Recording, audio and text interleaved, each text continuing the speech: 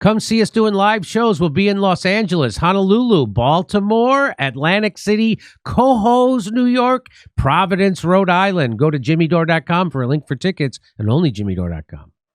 We have a special guest on with us. Richard Medhurst is a British journalist born in Damascus, Syria. He's based at the United Nations and covers international relations, U.S. politics, and the Middle East. He's also a contributor to Press TV, Black Agenda Report, and other international news outlets. Welcome to the show, Richard Medhurst. Hello, Richard. Hi, Jimmy. Good to be on. So I'm having you on because the bad news is Syrians are celebrating in the street after Assad government falls. So that's the headline. Of course, that's going to be the headline. And the sub-headline is, but worries remain as Abu Muhammad al-Jilani, leader of what was once an al-Qaeda offshoot. The guy has a $10 million bounty on his head right now from the U.S. government because he's that big of a... That's the guy who they just installed as leader of Syria, just so you know. And I just want to show you what this is all about for real. So they've been wanting to overthrow Syria for a couple of decades, if not more. This has been thought up in the early 90s, actually. In fact, here's what General Wesley Clark found out after 1991. Here we go. Watch this. This was a talk he gave in 2007. Listen to this. He said, but one thing we did learn, he said, we learned that we can use our military in the region, in the Middle East, and the Soviets won't stop us. He said, and we've got about 5 or 10 years to clean up those old Soviet client regimes, Syria, Iran, Iraq, before the next great superpower comes on to challenge us. And it was like, I'm coming out of the Mojave Desert. I've been training troops. I haven't been thinking geostrategy for some time. And suddenly a guy just sort of shoves this nugget at you. Well, you remember it. It was a pretty stunning thing. You mean, the purpose of the military is to start wars and change governments. It's not to sort of deter conflict. We're going to invade countries, and my mind was spinning, and I put that aside. It was like a nugget that you hold on to. This country was taken over by a group of people with a policy coup. Wolfowitz and Cheney and Rumsfeld and you could name a half dozen other collaborators from the Project for a New American Century. They wanted us to destabilize the Middle East, turn it upside down, make it under our control. It went back to those comments in 1991. Now, did anybody ever tell you that? Was there a national dialogue on this? Did senators and congressmen stand up and denounce this plan? Was there a full-fledged American debate on it? Absolutely not. And there still isn't. And that's why we're failing in Iraq. Because Iran and Syria know about the plan. All you have to do is read. So that's been a plan for a long time. That's been the plan for the United States and Israel to destabilize the Middle East, all the people that Israel sees as its enemy.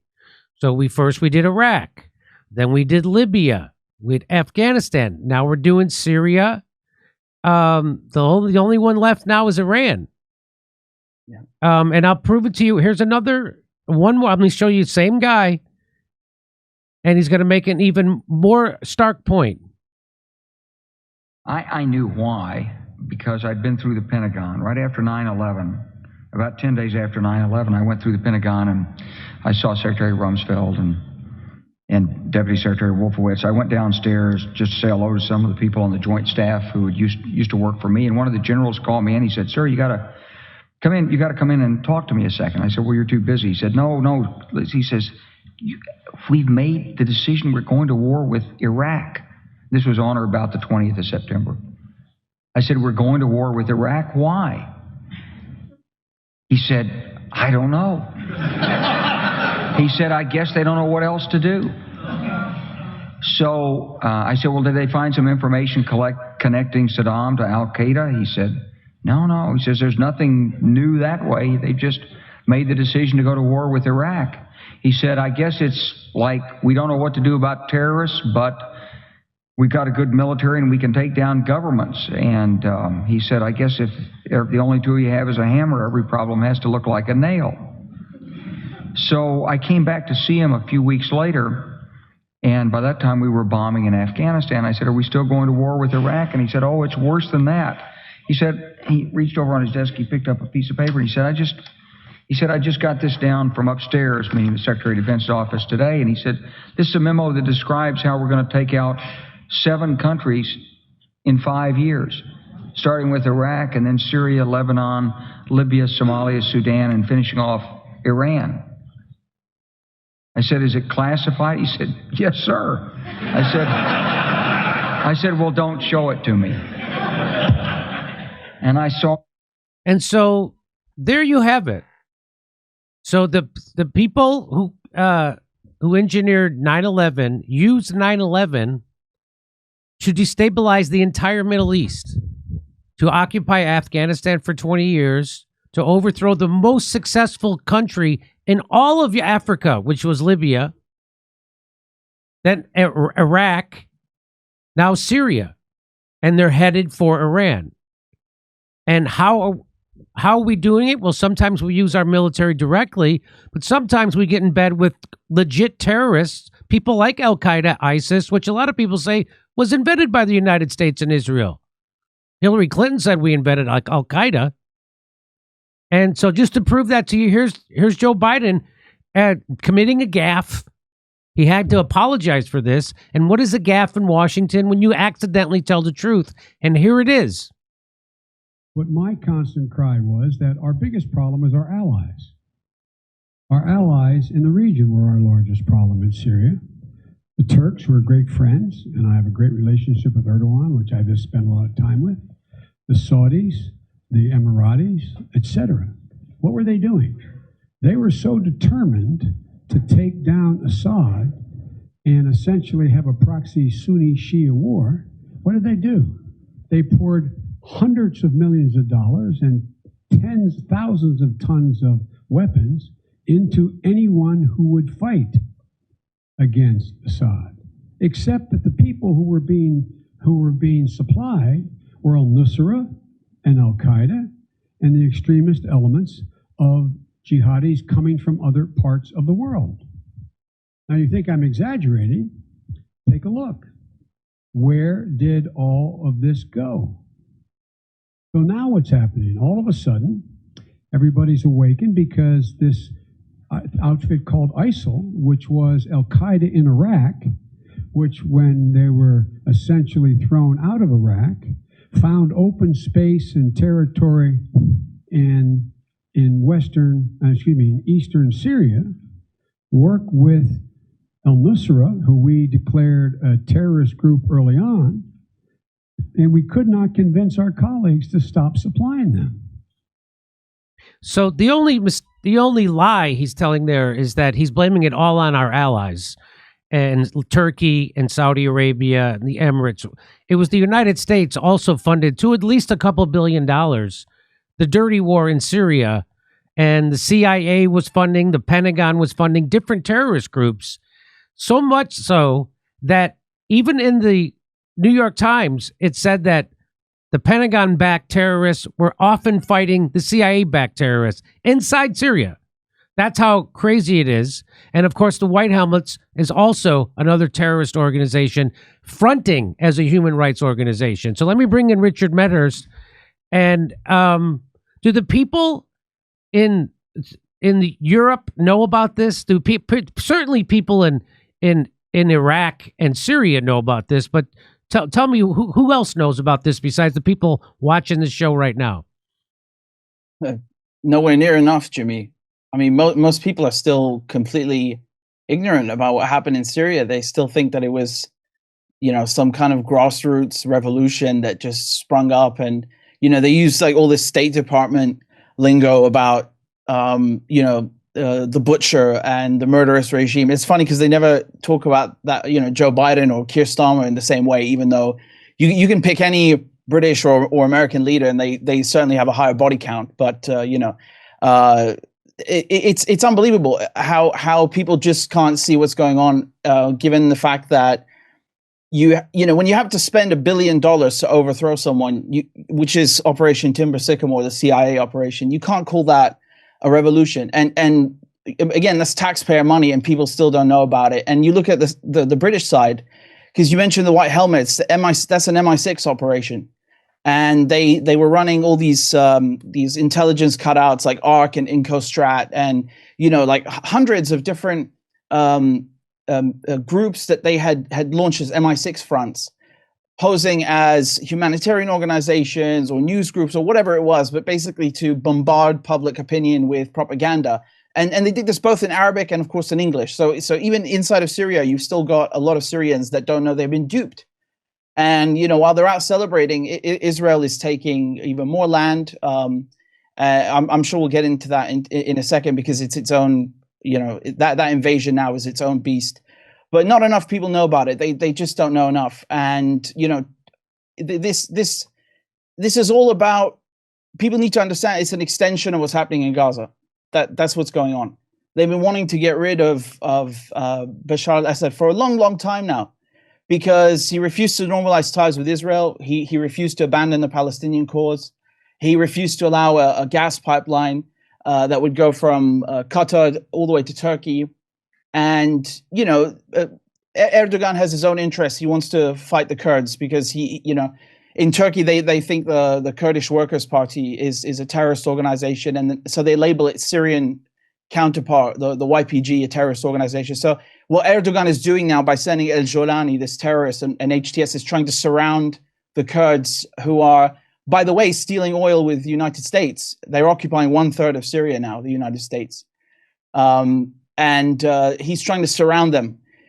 And you know, Biden here, he's again telling the truth, but also lying in a sense, because although they both want to get rid of Assad, they have different interests with the Kurds, the Americans and Turkey. And it's funny because they're both NATO countries, right?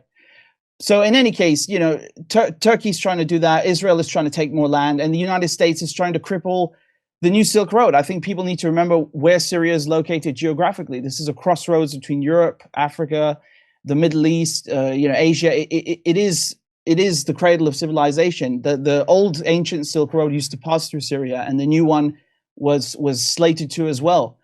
You know, Syria signed a strategic partnership with China. They were signed up for the Belt and Road Initiative, and it was to be the gateway to the Mediterranean Sea. So all of this trade that was going to go by land would end up in Tartus and Latakia on the coast, and then it would have a maritime route that way. And now that's shut down. And you know, the Americans are already occupying, as I said, 1/3 of Syria, and they've got an air base in El Tanaf, which is down below. So they're trying to cut off Iraq from Syria. And Syria is the key to everything. You look at the map; it connects Iran and Iraq to Palestine, to Lebanon and Palestine. So there's so many people with interests here, and you know, in the end, the result is not a grassroots revolution. It's something that's a Trojan horse, and it's made to look like a grassroots revolution. But it's about making sure that Israel's interests are taken care of, America's interests are taken care of, and Turkey's interests. That's what's going on, and not enough people know.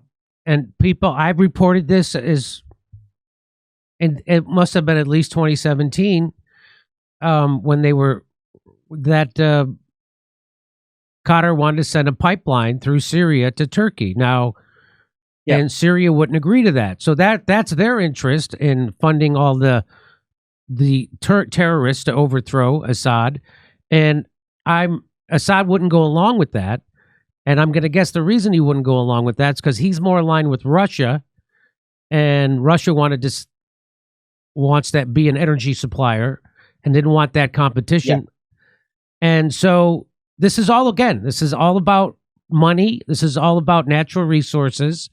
And then this is all about Israel expansion also. And so people don't know, they're never going to show those clips I just showed you. They're never going to show you this clip on the news. They're never going to show you this clip on the news. And they're never going to show you this clip on the news. They'll never show you any of these clips on the news. And what they'll do is they'll say, oh, you're an Assadist. You're an Assad apologist. The same thing they would say about Saddam Hussein when you said, hey, I don't think we should do this. So as he revealed, they had this plan before 9/11 to do this. So they just used 9/11 as the reason to go into Iraq. Why are we going to Iraq? Because they've had it planned for over a decade. It's called the Project for a New American Century. And that's what this was all about. And they wanted to destabilize. So was Iraq better off or worse off since we overthrew Saddam? Worse off. Is Libya better off or worse off since we overthrew Gaddafi? Worse off. Is Afghanistan better or worse off because of our 20-year occupation? Worse off. Is Syria going to be better off or worse off because we did a 10-year dirty war to overthrow Assad? Worse off. That doesn't mean I like Saddam Hussein. That doesn't mean I like the Taliban. That doesn't mean I like Assad. We're talking about stability and what is better for the region. Well, apparently, a bunch of interests converge. Turkey's, Israel, Qatar, Saudi Arabia, and the United States converge to destabilize Syria and destabilize Iraq, Libya. And so that's what's going on right now. And no one is going to tell you that. And I wouldn't be surprised if this video gets demonetized, but no one is going to tell you that in the news. No, the New York Times isn't going to tell you that. The Washington Post, the MSNBC, CNN, Fox, they're not going to tell you that. They're not going to show you these videos. They're not going to show you the current president of the United States telling people that our allies in the Middle East have been funding legit terrorist organizations on the United States terror list, our sworn enemies, the people who we say did 9/11. They're funding them to go do this. We've been funding them too, by the way, to go do this. And so again, once again, the United States are the world's terrorists. It's not actually Al-Qaeda. It's not actually ISIS or ISIL or al-Nusra. There are tools. They're the tools of American hegemony and empire and imperialism. That's what this is. And it's not hard to get this story right because I can get it right. So when you turn on Rachel Maddow tonight or Sean Hannity or Anderson Cooper, they're going to be lying to you because if I know the truth, you know they know the truth. And if you read the New York Times or the Jeff Bezos Washington Post, they will also be lying to you. Or they will bury the truth on page 67 and you have to turn it sideways and hold it up to the light to see the truth. Let me just show you this. So you wanted so after he said, he admitted they're doing all this to destabilize the Middle East. They want to destabilize it. Well, they've done it. And now who's going to be in charge of Syria? Well, right now, who's in charge is this guy. This is from the United States State Department. They have a $10 million reward for this terrorist, Mohammed al-Jawlani. We just put this guy in charge of Syria. And how did I know that this guy was going to be in charge of Syria? Because they did this just a week ago. How Syria's diversity-friendly jihadists plan on building the state. So now they're woke washing the jihadists who have been torturing people in Syria, who's they're the people throwing gay people off a building, that kind of thing. That's who these are. And now they're woke washing them. Alan McLeod, I can't believe this is real. This is real. This is real. Anything? You want to tell me anything about this guy, Richard? Yeah, I just find this absolutely incredible that the Telegraph published a headline like that and an article like that, because I was arrested under the Terrorism Act because of my reporting on Palestine. But you're not going to see the police arrest any of the journalists at the Telegraph. And I'm not saying they should, but I'm just trying to point out the hypocrisy. You're not going to see counter-terrorist police arresting them on a plane at Heathrow for glorifying HTS, which is a prescribed organization. It's on the list of banned groups, just as it is in the US. But the Terrorism Act, they're trying to amend it now to actually remove Jolani and HTS, which is Al Qaeda. Al Qaeda in Syria rebranded under the name of Al Nusra Front, and then Al Nusra Front became Hayat Tahrir al-Sham, which is HTS. It's still Al Qaeda, and that tweet you were showing on the screen, if you look at the ones just above it, which are posted by the so-called U.S. Embassy in Syria, which was just online actually, they even say that no matter what name they use, it's still Al Qaeda in Syria. Okay, so that's an official U.S. position. And they are Al Qaeda. These are head chopping terrorists. You know, I mean, the Jolani himself, he worked with Ayman al-Zawahiri, who was bin Laden's mentor, and his right hand man in Al Qaeda. As a matter of fact, Zawahiri blew up the Egyptian embassy next to my school. My classroom just blew up in Islamabad when I was in the British school. So we're talking about this guy studying, being mentored under one of the founding members of Al Qaeda, and being in both Al Qaeda and ISIS, right? Both of those organizations. There's even a photograph of Jolani with al-Baghdadi, and there's an ISIS flag on the wall. So he's a terrorist of a terrorist who's used actual violence to murder people across Syria. And this bodes very badly for Syria, because Syria has a diverse social fabric. You've got over a dozen religious and ethnic groups. It's always been a secular country. 10% of the population are Christian. You've got Druze, Alawites, Shia, Sunni, Armenians, Palestinians, Bedouins, Kurds, you name it. And it's a patchwork. You can't have someone like Jolani taking over the country, because it's only going to lead to bloodshed. And it's not hypothetical. This guy has actually murdered people and shed blood in the name of sectarianism, so we don't have to hypothesize. This is his past. This is who he is. And, they try to whitewash his personality on CNN with this interview. And they did the same thing on CBS Frontline 3 years ago, by the way, in a documentary. They put him in a suit all of a sudden and tried to whitewash him and make him look like he's some kind of civilized statesman. But he's a terrorist. And he tried to say on CNN that, he was young back then. Well, I'm sorry, but, that's not an excuse for beheading people and ripping Syria and Iraq apart. And I don't need to remind you, after the US invaded Iraq, most of the Christian population disappeared. I don't know what the exact number is. I think it's about 80% of the Christian population disappeared. Some of them were killed, the rest fled. Just absolute chaos. And then it spilled over into Syria. So, this guy is absolutely a terrorist, and we have to point out the fact that he's backed, who is backing him also, because Netanyahu went and did a victory lap, on the Golan Heights. Right now, Israel is invading about 400 square kilometers of Syria, and he is doing nothing. So all these opposition rebels, these so-called rebels who claim to be acting in the benefit of Syria, they're just letting Israel destroy Syria's air force. The air force is gone. All the planes have been destroyed. The Navy is being bombed right now. All of the ships are being destroyed. The weapons caches, the missile silos, the military research laboratories. Syria has no defense.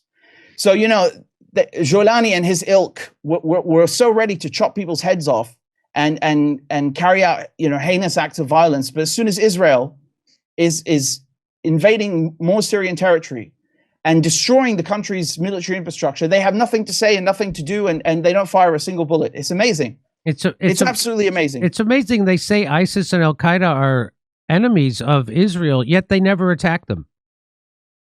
It's amazing. It's exactly what you're talking about. It's almost like Israel invented ISIS. It's almost like that. It's almost like the United States invented Al Qaeda. It's almost like that. In fact, Hillary Clinton said we did. Here is this is the chair of the House Intelligence Committee, Mike Turner. So he's going to be asked about this, about, hey, the guy that is in charge of Syria now has a $10 million reward out from the United States State Department. This tweet comes from the U.S. Embassy. That's from May 15, 2017. Aaron Mate says, when do you think they're going to take this? When do you think this tweet's going to get deleted? I wonder if it's still up. So this is the guy. This is the guy that got rid of Assad. You don't have to like Assad to not want him to be overthrown. That's not saying he didn't He didn't rule with an iron fist. That doesn't matter. Just like it didn't matter what Saddam did or Gaddafi did. What matters is when we go in and do this, it makes everything worse. And we're not doing this because we care about these people. If we cared about these people, we would stop the slaughter of Palestinians in Gaza.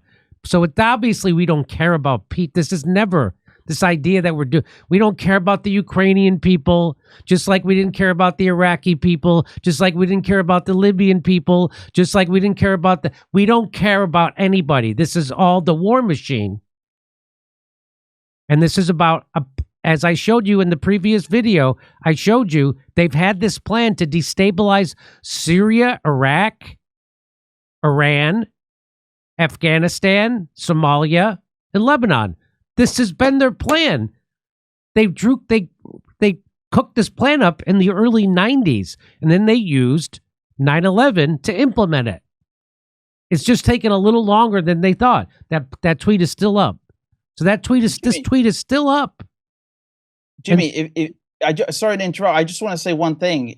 We shouldn't forget there's a lot of gas involved in the Mediterranean. Like Syria and Gaza have a ton of gas. And, Russia and Iran are sanctioned. So Europe need a supplier, and then they signed a deal with Israel. Israel is trying to get that gas.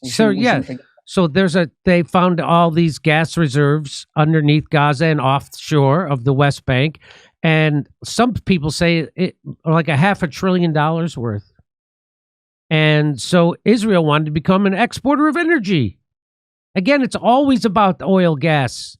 It's always about natural resources.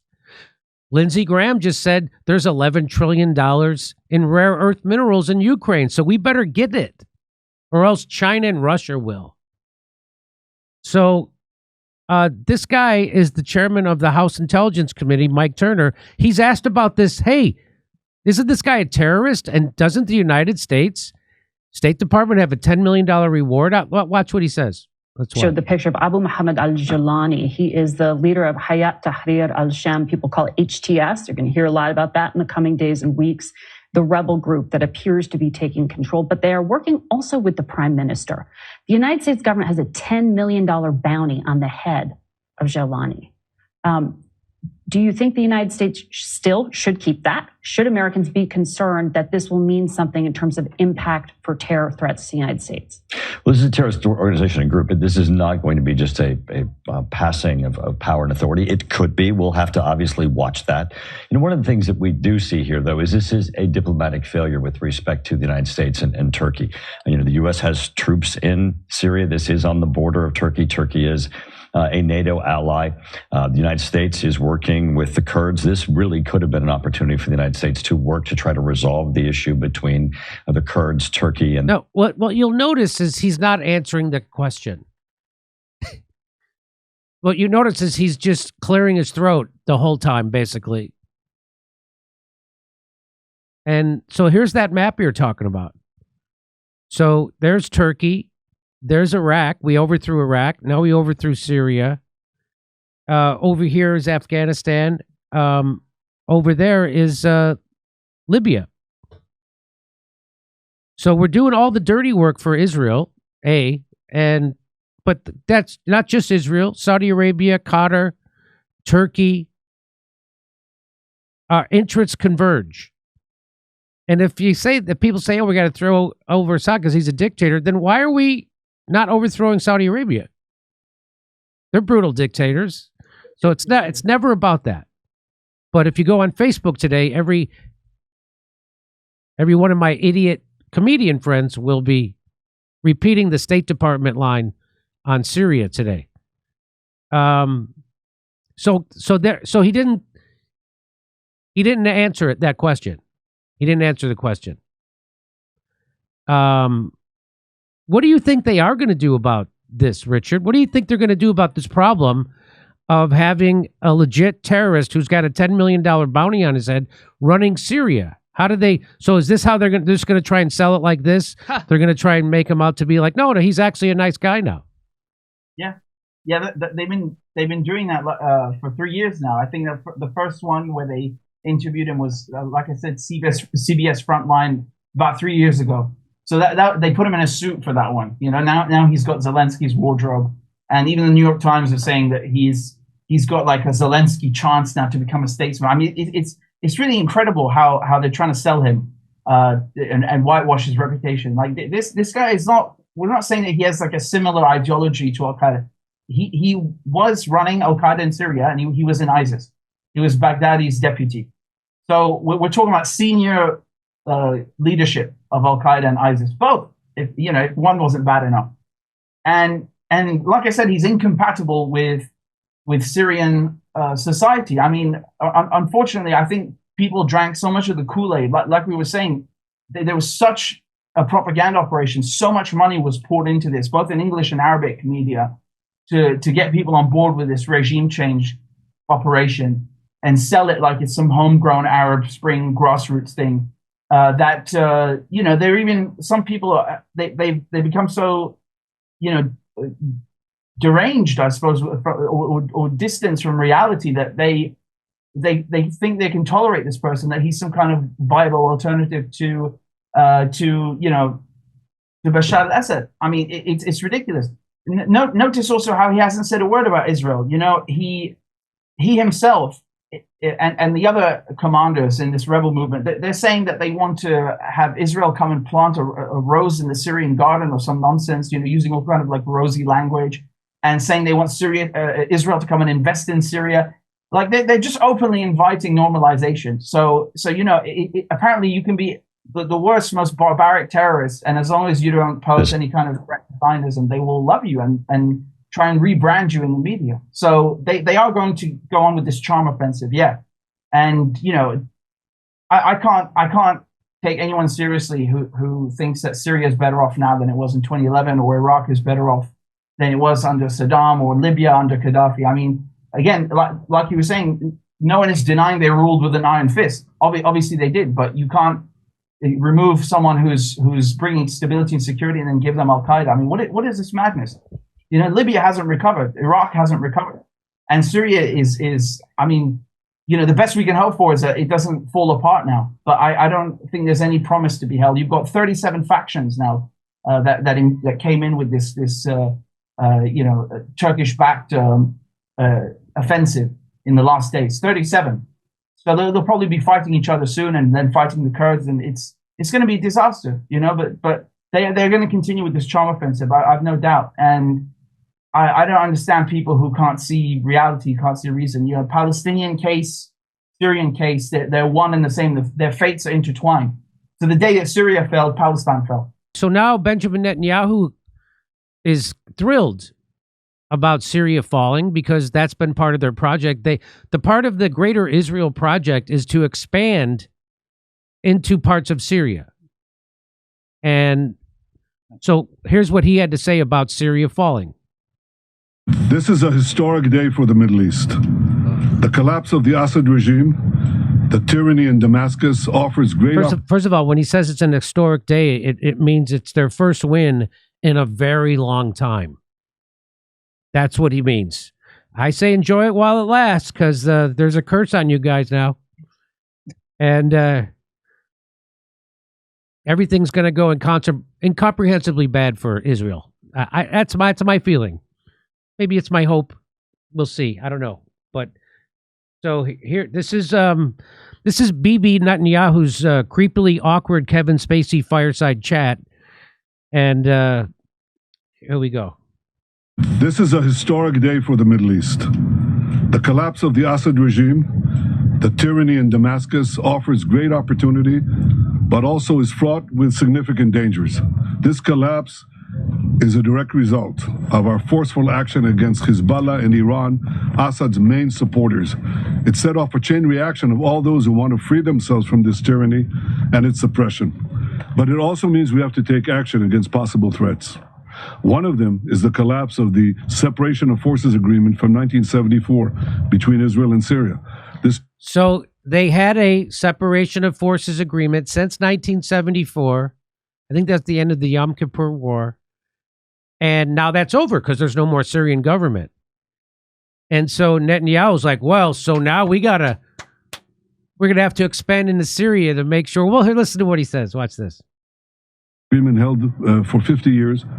Last night it collapsed. The Syrian army abandoned its positions. We gave the Israeli army the order to take over these positions to ensure that no hostile force embeds itself right next to the border of Israel. This is so that they're just doing it so there's no crazy hostile force that takes over where the Syrian army left. They're coming, when you see the Israeli military storming in to rescue you, it's like you're waiting for a fire truck, but instead Shell gas truck pulls up, okay? Because that's what's happening. And so now they're getting to take over parts of Syria. And it's weird, just as Richard Medhurst pointed out, that people who are running Syria now, which is Al-Qaeda, aren't doing anything about it. They're not ever going to attack Israel. Isn't that interesting? I thought Israel, ISIS, and Al-Qaeda were mortal enemies, hated each other. Turns out no. Turns out Al-Qaeda is going to let Israel run right into Syria and take over parts of it. Here, he's got a little bit more to say. Temporary defensive position until a suitable arrangement is found. Equally, we send a hand of peace. I don't think they're ever going to find a suitable arrangement. The arrangement is Israel takes over part of Syria. Mm-hmm. And then he says, oh, look, the hand of peace. The hand of peace. All those beyond our border in Syria, to the Jews, to the Kurds, to the Christians, and to the Muslims who want to live in peace with Israel. We're going to follow events very carefully. If we can establish neighborly relations and a peaceful relations with the new forces emerging in Syria, that's our desire. But if we do not, we'll do whatever it takes to defend the state of Israel and the border of Israel. So let me just read you this and I'll come to you. Ali Abunima says, whether you feel elation, despair, or indifference at unfolding events, this remains true. All the states that provided billions in weapons and training to oust the Syrian government, while simultaneously providing billions in weapons, sending their warships and supplying oil to protect and enable Israel as it commits genocide in Gaza, did so solely for the sake of Israel. Whatever happens next, what is good for Israel and Zionism, and not the rights, self-determination, and interests of Syrian people, will remain these states' sole guiding principle. So what he's saying is that all the people, like the United States, Germany, whoever is providing all the ammunitions to slaughter, for Israel to slaughter the Gazan people, the Palestinians, and all the people who did this Syria thing, that the only thing that matters is what is good for Israel and Zionism, not the rights, self-determination, and interests of the Syrian people. That's the sole guiding principle here. What would you like to say about what Netanyahu, his statement? Yeah, I was just joking to myself that Netanyahu could go in and kiss Jorani on the cheeks and shake his hand and thank him, and people still would be in denial and pretend like there's no connection here to Israel. You can't talk about Syria without involving geopolitics. Syria is not like some remote planet or some remote island where there's a revolution and some kind of dictator and then that's it. No, there are huge consequences with foreign policy. You've got wolves, at the door. You've got Israel already occupying the Golan Heights, U.S. occupying a third of Syria with the oil and the crops, Turkey in the north occupying Idlib, and now they've sent in Al-Qaeda to take the rest of the country. I mean, these people are dreaming, and we warned them about this, that this is what's going to happen. Israel is going to take more land. My parents, he's standing in the Golan Heights. My parents work there in the UN in UNSO and UNDOF. So that's the peacekeeping mission, the observer mission in the Golan Heights. And, he says he wants a suitable arrangement. It's not up to him to decide what is suitable. That you've got UN Security Council Resolution 242, unanimously passed, which says Israel has to leave the Golan Heights, period. And when they illegally annexed it in the 1980s, I think it was UN Security Council Resolution 497 that was passed, and another one when they illegally annexed East Jerusalem. So, international law is very clear. The Americans voted with those resolutions, or they at least abstained. The point is they passed it, and Israel as UN member has to obey them. they're legally binding. They have to leave the Golan Heights. And now instead of leaving, they're taking even more land. And you remember Jake Sullivan, when he was interviewed by Wolf Blitzer on CNN just after Biden was elected, he was saying something like, it was Blinken. He was saying something along the lines of, we'll leave the Golan Heights. We'll tell Israel to leave the Golan Heights when Assad is gone. Well, guess what? He's gone. So why don't you go ahead and tell Israel to leave? And why don't you lift the sanctions? They put sanctions on Syria, Caesar Act sanctions, because of Assad and his regime. Okay, well, Assad and the regime are gone. Why don't you lift the sanctions? Why are you still in the country?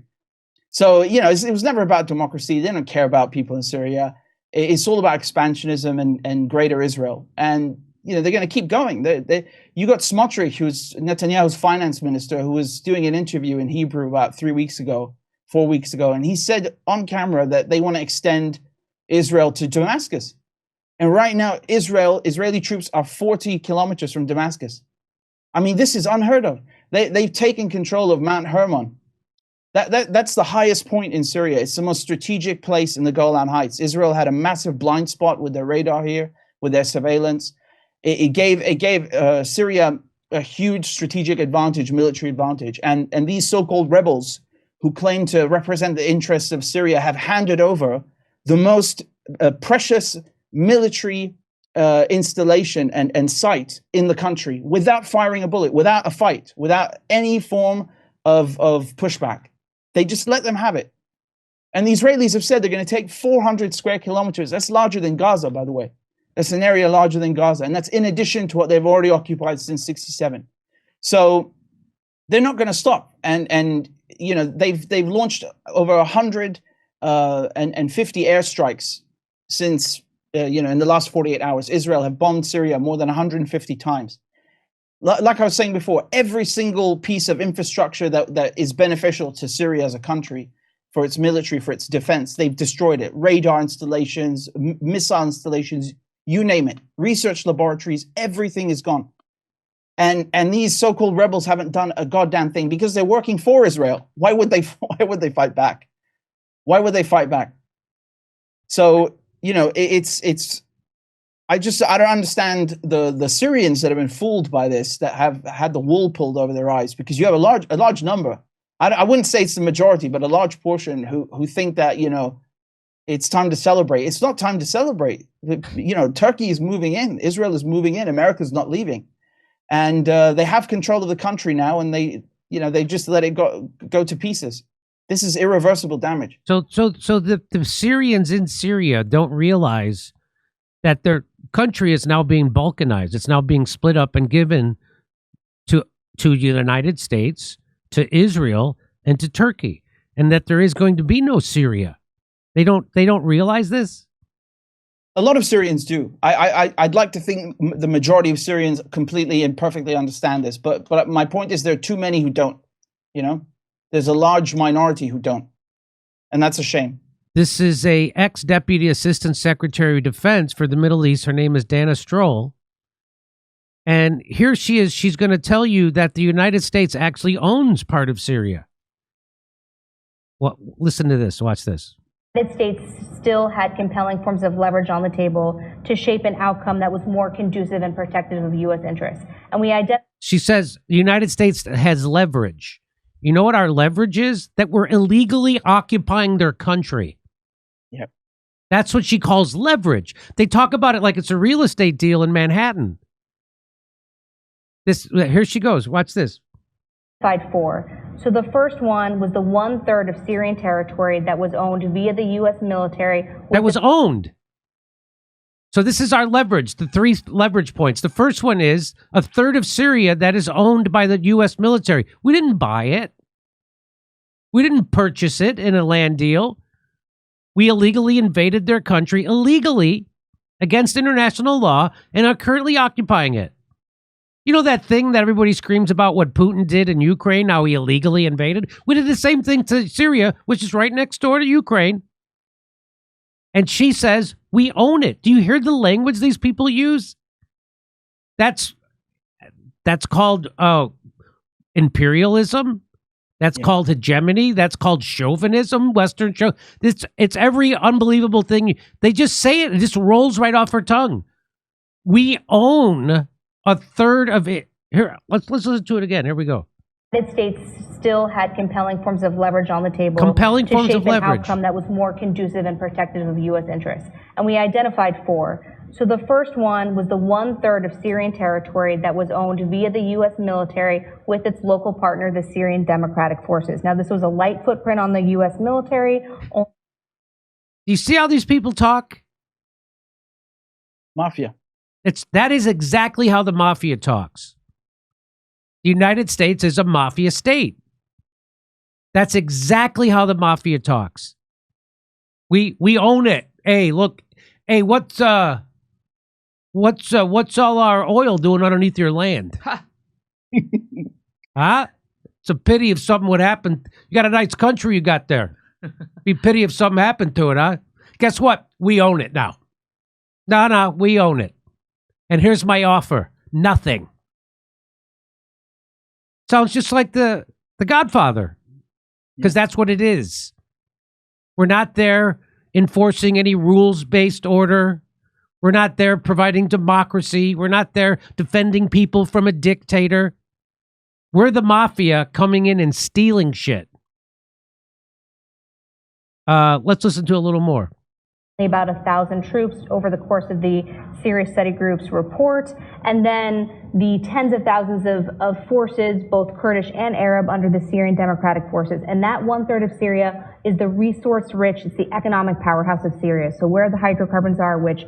Oh, and so the part of Syria that the U.S. military owns turns out to be the economic powerhouse.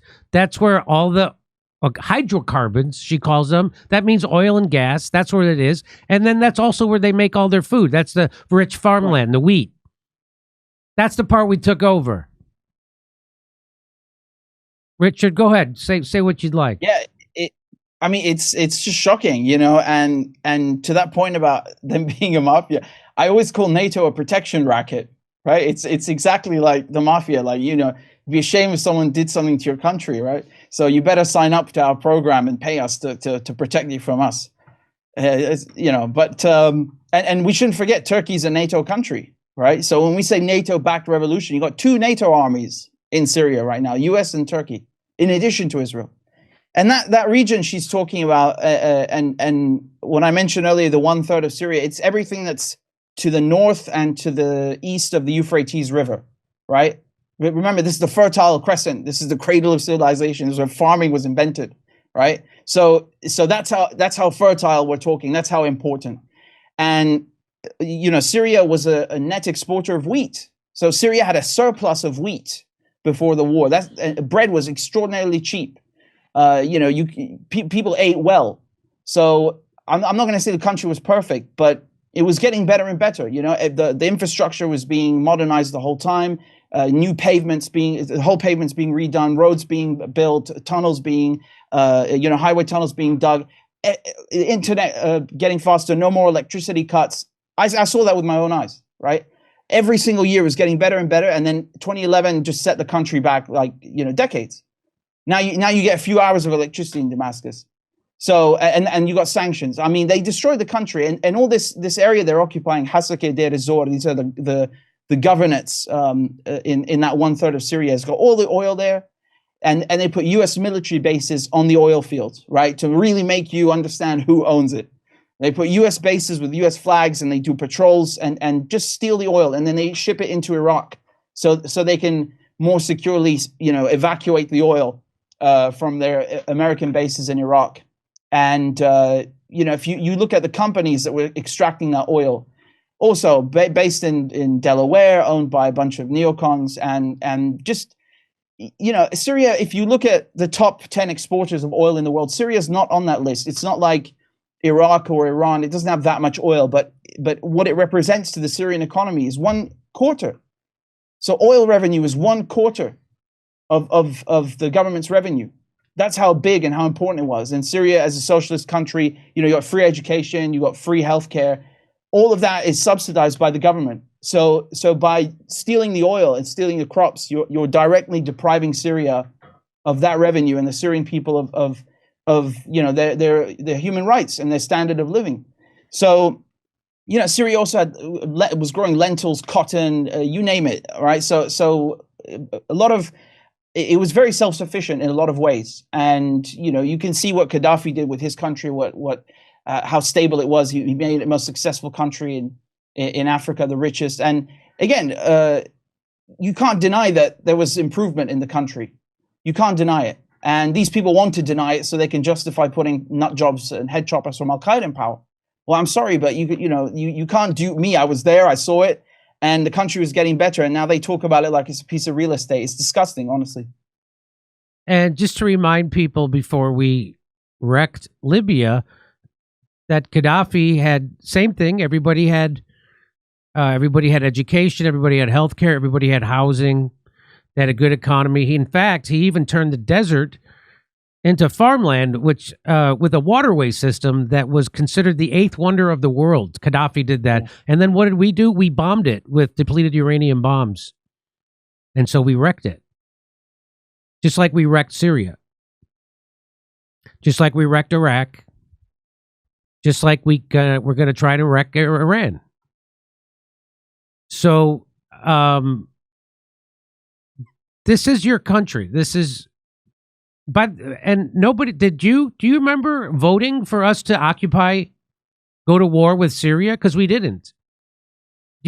They're doing all this under what's called the AUMF, which is after 9/11, the Congress passed an authorization for the use of military force.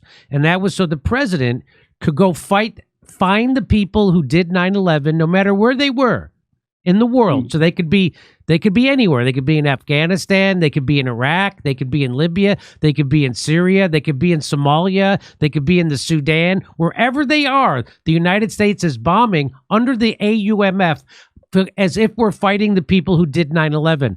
Syria had nothing to do with 9/11, but they're using that same authorization to occupy, invade illegally, occupy, and wreck a country. Same thing we did.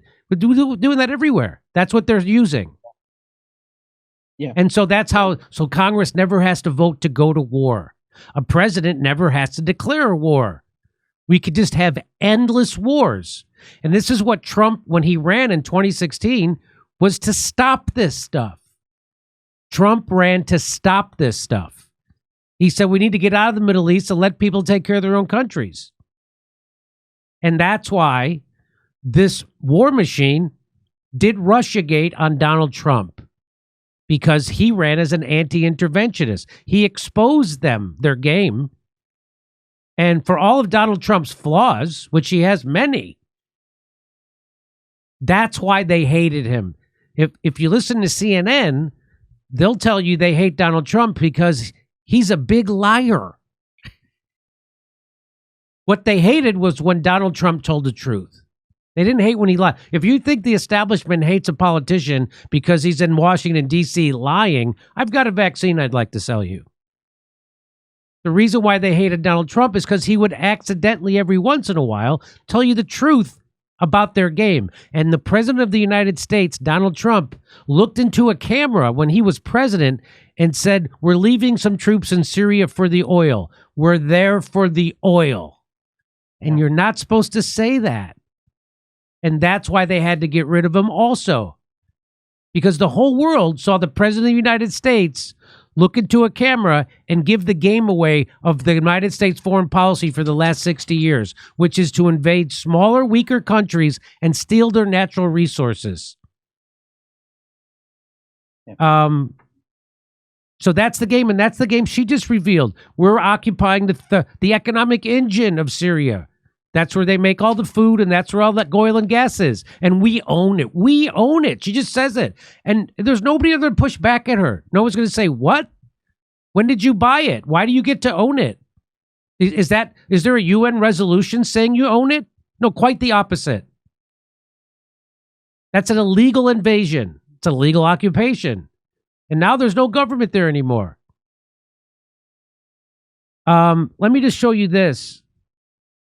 So now, get this. This is the new headline, Richard. I don't know if it says U.S. after the United States got in bed with ISIS and Al-Qaeda, legit, to overthrow. The person running Syria is now the head of Al-Qaeda. U.S. pounds ISIS camp in Syria after Assad flees. There I should. find that hard to believe. This is not. I don't believe this either. It says there should be no doubt we will not allow ISIS to reconstitute. A top general said. Well, let me just read you a few paragraphs from this story from Political, which, as we know, is a mouthpiece of the establishment and the war machine. The U.S. carried out a major round of airstrikes on Islamic State targets on Sunday and warned the terror group against trying to regain strength in the country after rebels took over the government. The operation included dozens of airstrikes on over 75 targets involving ISIS operatives in camps using B-52, F-15, and A-10 close air support attack aircraft to ensure that ISIS does not seek to take advantage of the current situation to reconstitute in central Syria. Who said that's a statement from U.S. Central Command. There should be no doubt we will not allow ISIS to reconstitute and take advantage of the current situation. Who said that? General Eric Kurilla. All organizations in Syria should know that we will hold them accountable if they partner with or support ISIS in any way. On Saturday, President-elect Trump, who twice sought to end the U.S. troop presence in Syria, the Pentagon lied to him when he tried to pull troops out of Syria. They lied to him and said they did when they didn't. He called the country a mess and said the United States should not get involved in the conflict. Another reason why the war machine hates him. In remarks on Sunday afternoon, President Biden said the troops will be protected. We will help ensure stability in East. The irony of that is the United States, Turkey, and Israel and Saudi just made sure there was no stability. They're the ones creating instability everywhere they go.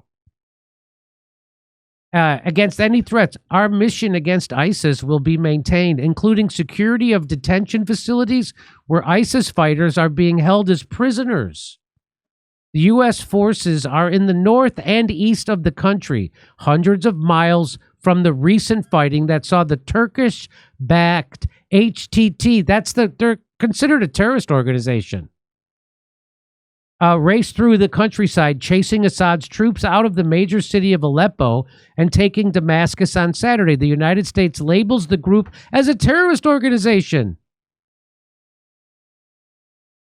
So what do you make of that? This story from Politico that the United States is now somehow at war with the terrorists that just helped overthrow Assad's government. What do you make of that, Richard? Yeah, I think it's a ridiculous joke, and if you're committed to fighting terrorists, well, why didn't you do anything against Al Qaeda then? Right. Why are you just cherry picking, going after ISIS? ISIS are not the ones with a large ground presence right now. It's Al Qaeda, and you just let them march to Damascus. You didn't do a thing. So I find that very shady. What they're really doing, is they're basically helping Israel. Because they coordinated their strikes. They did them at the same time. And they've gone and bombed all of the military infrastructure in Syria.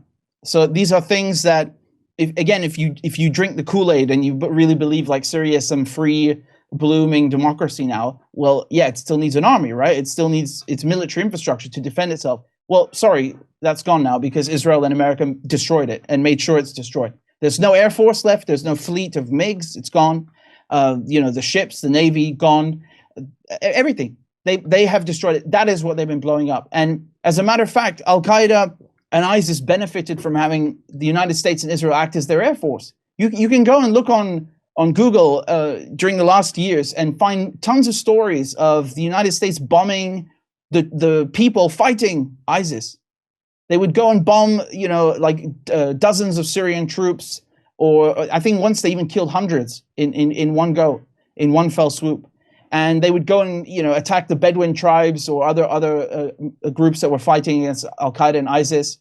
And, make no effort to even hide it. And sometimes, half the time, they wouldn't even apologize, right? So they weren't even trying to hide it. And of course, Israel would show up anytime they were suffering some kind of defeat on, strategic or tactical defeat. Israel would magically show up. And that's why they nicknamed it Al-Qaeda's Air Force, because that's effectively what it acted as. So I don't buy this whatsoever. ISIS have been hanging around Palmyra in the desert for the last couple of years after they shriveled and they were crushed, and they were constantly attacking Syrian army positions, and the Americans wouldn't do a thing. So once again, ask yourself why ISIS, America, and Israel have no problem with each other. It's plain and clear for anyone to see. And if we talk about Trump, by the way, you remember he killed Soleimani? Exactly. So I was going to get to the AUMF, because you mentioned the AUMF, which makes it's very ironic, because that comes from the 73 War Powers Resolution, and the whole point of it was to stop U.S. presidents from doing what Nixon did and going and just bombing Cambodia and Laos behind Congress' back. And it's turned into the very opposite of that, because it says you're supposed to notify Congress within 48 hours. You're supposed to ask them for an extension for that military action if it's needed, and you can only use it in self-defense. But they've been using that 2001 AUMF to bomb all these countries that have nothing to do with Al Qaeda. Al Qaeda hates Saddam Hussein. They hate Bashar al-Assad because they couldn't flourish. They couldn't establish any kind of base of operations in Syria or Iraq or Libya, for that matter.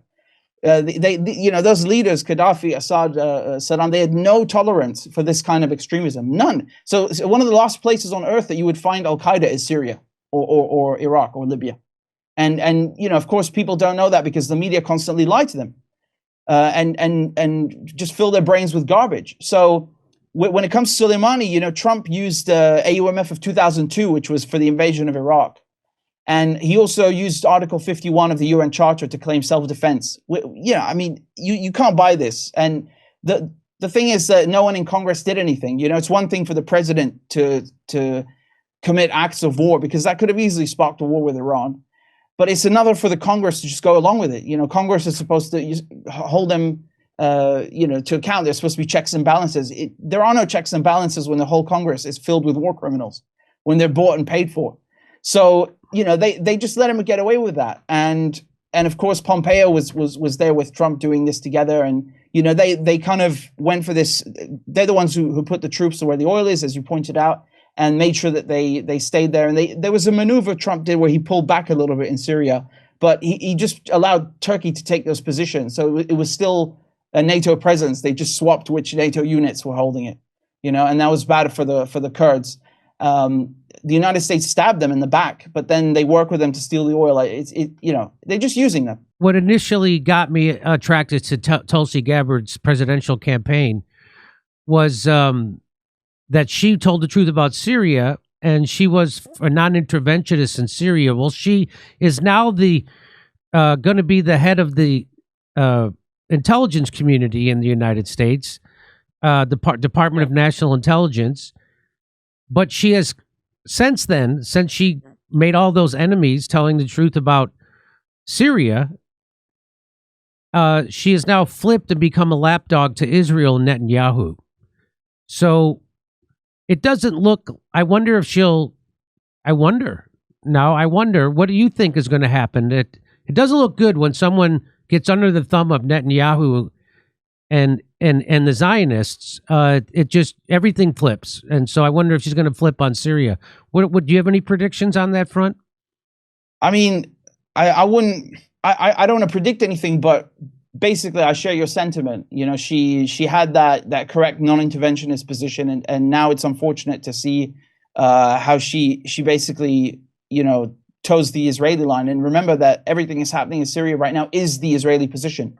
They're popping champagne right now in Tel Aviv. They're popping champagne at CIA headquarters and Mossad headquarters and MI6. This is their wet dream come true. They've been dying to get Syria for decades. For decades. That's been the key to the Middle East, and it's funny because Netanyahu himself, they set up an IDF hospital for Al-Qaeda fighters in the Golan Heights. You remember Netanyahu went and took photos with them and he shook their hands. You had this former head of the Mossad saying on Al Jazeera that they were arming Al-Qaeda and giving them assistance and medical assistance as well. So when you're going along with Israel, you are going along with Al-Qaeda. You are going along with America's enemies, with the enemies of Syria, with the enemies of civilization itself. I mean, really, these are head-chopping lunatics. and they would have no existence, no military clout without the CIA support, specifically MI6 support and Mossad support, and Turkish intelligence as well. By the way, we shouldn't leave out their role. These spooks are the ones that provide the cash and the flow of arms and open the borders and ruin Syria. So when you go along with Israel and you're, Netanyahu's lapdog, I mean, it doesn't look good. And you're going to have those bad positions by default, whether it's about Gaza, whether it's about Syria. Well, I really appreciate you taking time out to help people understand what's happening over there. Richard Medhurst, where should people look you up? They can find my work on youtube.com/Richard Medhurst, and just they can type Richard Medhurst on Twitter and follow me there.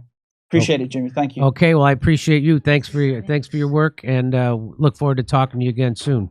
Hopefully something good happens. We'll see. Yeah. Come see us doing live shows. We'll be in Los Angeles, Honolulu, Baltimore, Atlantic City, Cohoes, New York, Providence, Rhode Island. Go to jimmydore.com for a link for tickets, and only jimmydore.com.